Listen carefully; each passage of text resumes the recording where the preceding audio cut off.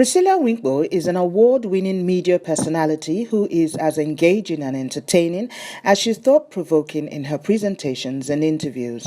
With a career that spans the realms of TV and radio, Priscilla is truly a powerful, result-driven and focused individual. She was born in Nigeria and moved with her family to London in her early teens.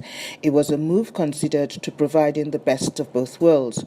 Her early years in Nigeria had given the necessary grounding that has gone a long way in forming and shaping the personality that she is today. Priscilla's background is in law and she has worked with various firms of solicitors as a caseworker, where her influence and skills that generate worldwide interest both on TV and radio were developed. Her career in media was kick-started when Priscilla accepted the invitation to become one of the creative brains and co-editors behind Enrichment magazine.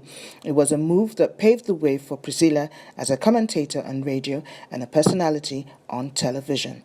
She is my guest on The Justice Show today.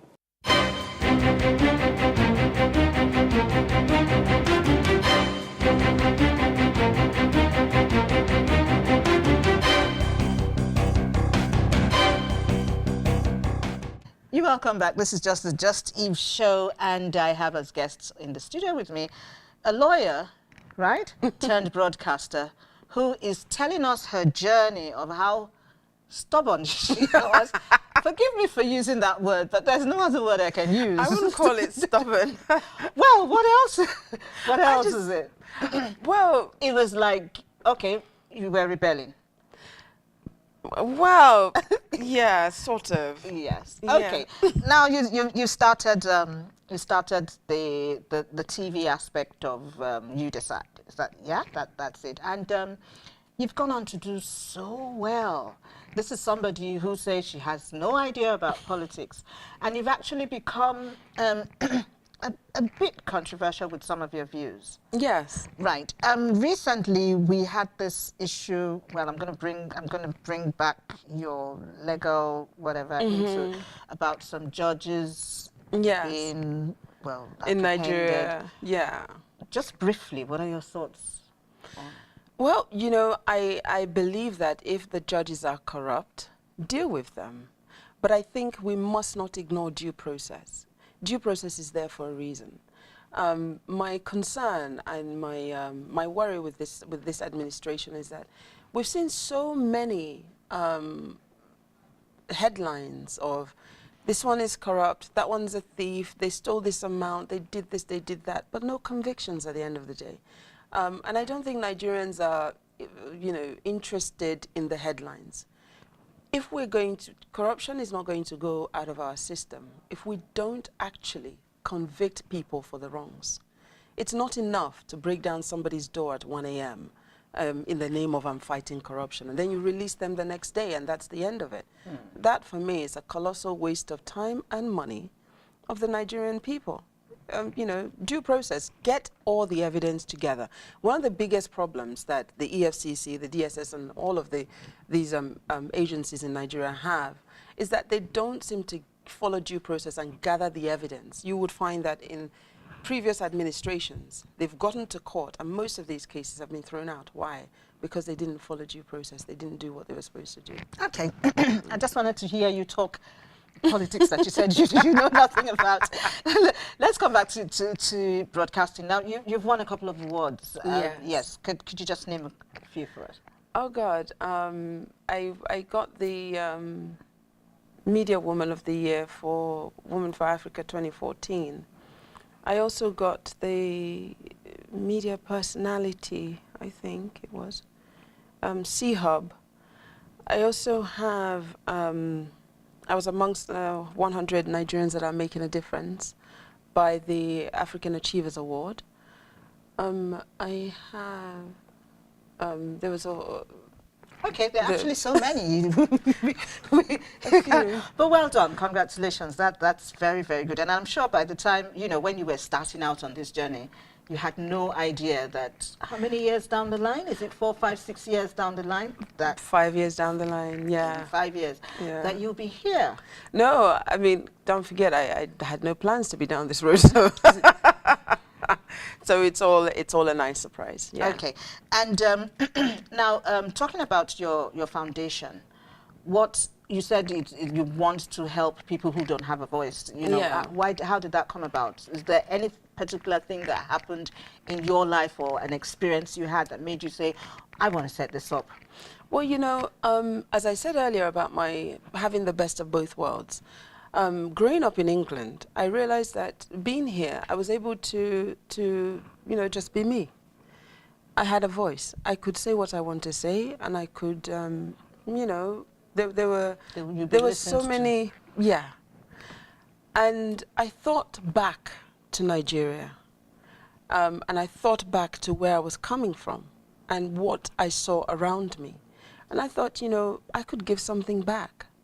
For instance, as women, something that I think we can all understand it.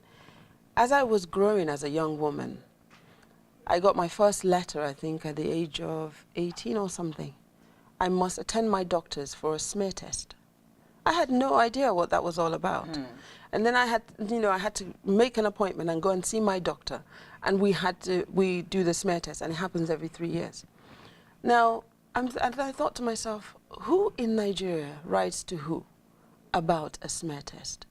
This is something that the government knows. By your date of birth, you're in the system, and you know your local the local medical authority in your area have you down, and they remind you, they plead with you. Yeah, they actually plead, yes, to please come and have this test that is for your own good. And that was one of the first things that just hit me, and I thought, wow, well, you know, I could do something, I could give something back, and that was why I sort of, you know, I started that. We're going to take a short break. When we come back, we continue with this discussion. Very, very interesting.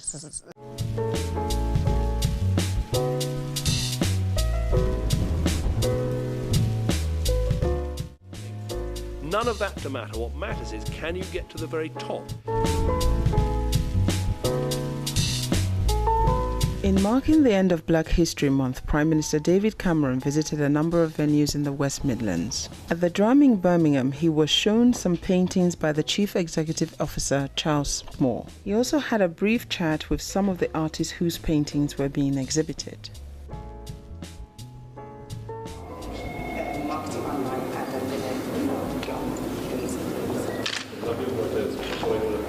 If I put it into iTunes, if I put it in Spotify, will I get a result? Fantastic. Okay, I've got one. Very good. That's brilliant Spotify, yeah? Yes, it's pretty good. Change my life. Right. What about you? My name is Tisha. I'm 17. I've been working for a couple of years as part of the Young People's Program called Young People Show. And I've done a lot of performances in there. What sort of stuff? One of my most favourites was definitely King's Horseman by Royal Singing. And I had a main role, and I worked with an artist called Design for Life. Really good. Prime Minister granted an exclusive interview to Ben Television. Thank you, sir.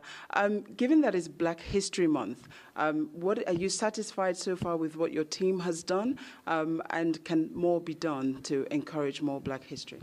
I think Black History Month is important because, frankly, history without Black history isn't complete history. And also, it's important to teach people about the incredible role models from their past. It's also important we have a shared history in this country. It helps us to build a shared future. I was listening to my daughter at the end of her Black History Month telling me about some of the things that she had learned. Now, I wasn't taught all that at school, and I think it's important we do teach young people about these things. So it's good to have Black History Month. Of course, these things should become more mainstream in our curriculum over time, but I think Black History Month is worth supporting.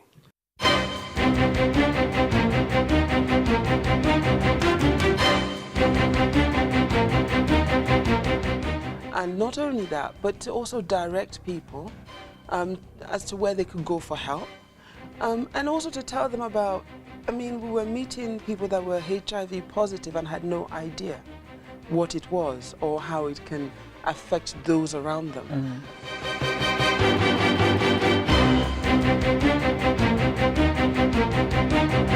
I often see that people are in a rush, people are in a hurry to, you know, be famous, to be known, to be seen. And that's there's nothing wrong with that to an extent. But like all things in life, pay attention.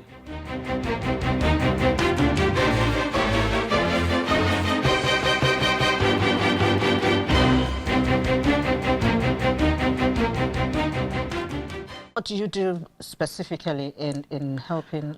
What we started doing was that, okay, it was a situation where when you go back, because for me, the foundation is more about looking after people in rural communities, not so much those in the city. Because I think that people within the rural communities are often forgotten. Yes, we have local governments, but those local governments are not operated or running as they ought to. So we started doing just basic medical outreaches. And it was amazing, what we saw, what we got. It was very, very interesting that how it lifted people, that somebody would just come and just say, let's just check you out today. Let's see how you're feeling. And it was good to collate the results, put that together and understand in that community what the general ailments were.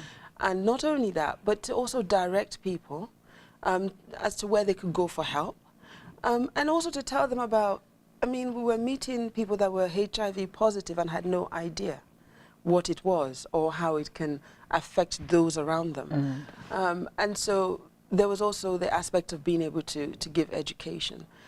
So that was, it was great. Then, you know, when I got into the media, things sort of went on hold, but we're going back to go back and do that again. Yeah, and I'm sure you'll even be able to do a lot more now that you have a Absolutely, face. absolutely. Now Yeah. you have a daughter. Yes, I do. And does she take after you in any way? Would she want to be a broadcaster?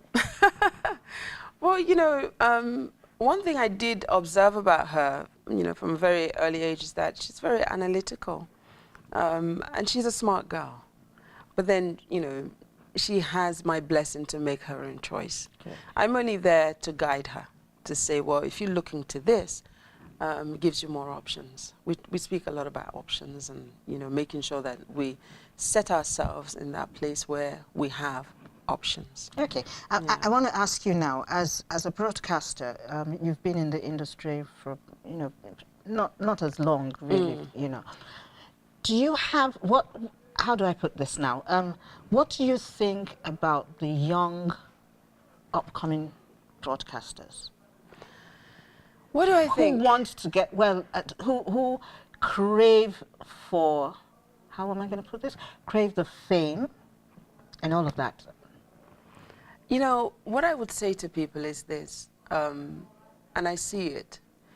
I often see that people are in a rush, people are in a hurry to, you know, be famous, to be known, to be seen.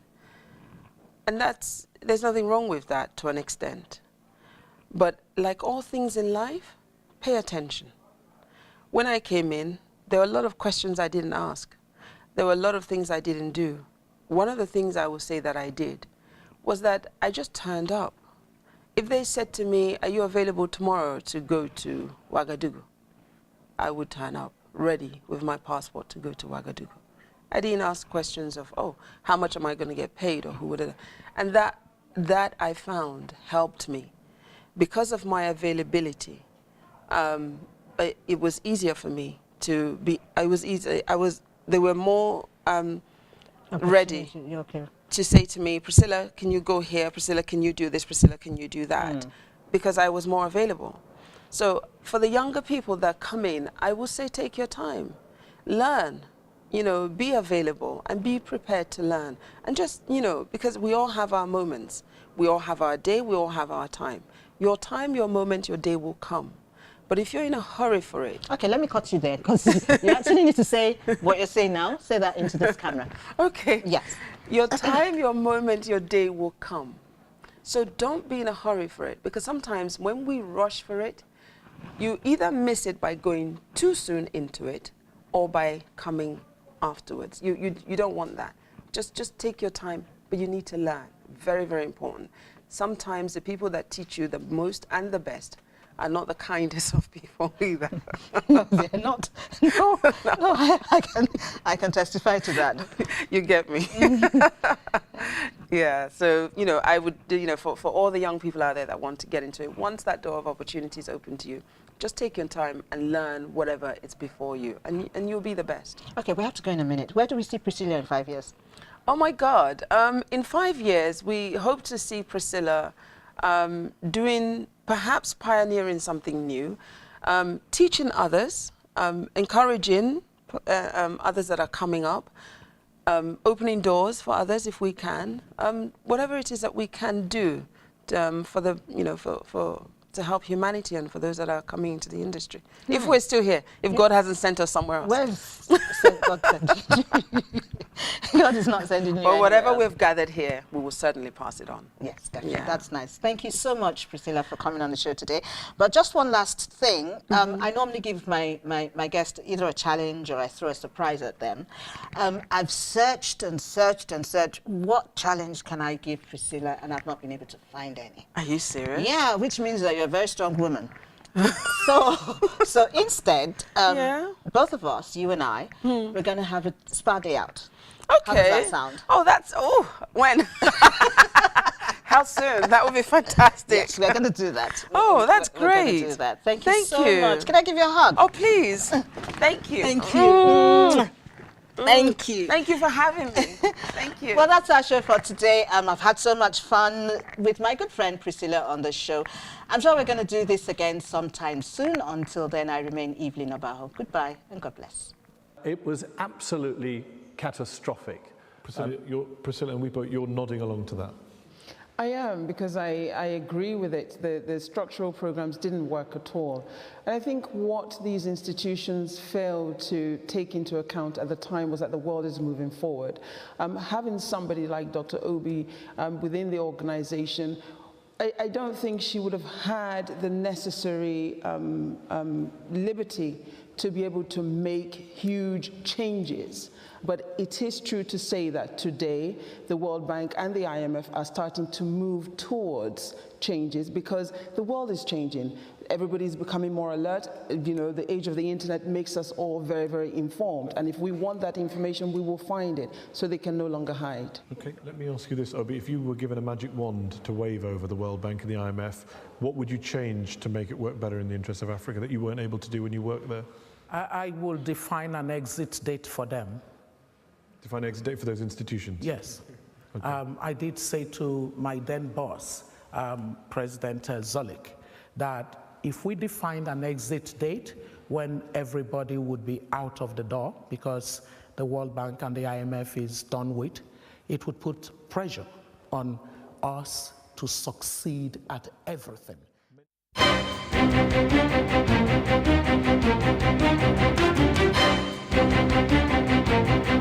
Thank you.